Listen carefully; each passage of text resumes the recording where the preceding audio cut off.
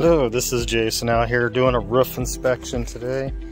As we can see when we're up here on a roof, one of the things that we're really looking for these trees here that are just overhanging their branches over the roof. So we always got to watch and take a look at these, because tree branches, they put in tons of debris and everything down into the gutters, so you got to make sure you keep your gutters cleaned out more often. They also tend to allow for moss to build up on a roof, so keeping the roof clean of moss is a good idea. And then just always potential for windstorms and branches to break off and fall onto the roofs and cause damage and stuff. So just some of the things that we're looking for. So a good idea if you got trees that are overhanging your roof and stuff, just to keep those things trimmed back and maintain your roof a little bit better. Thank you.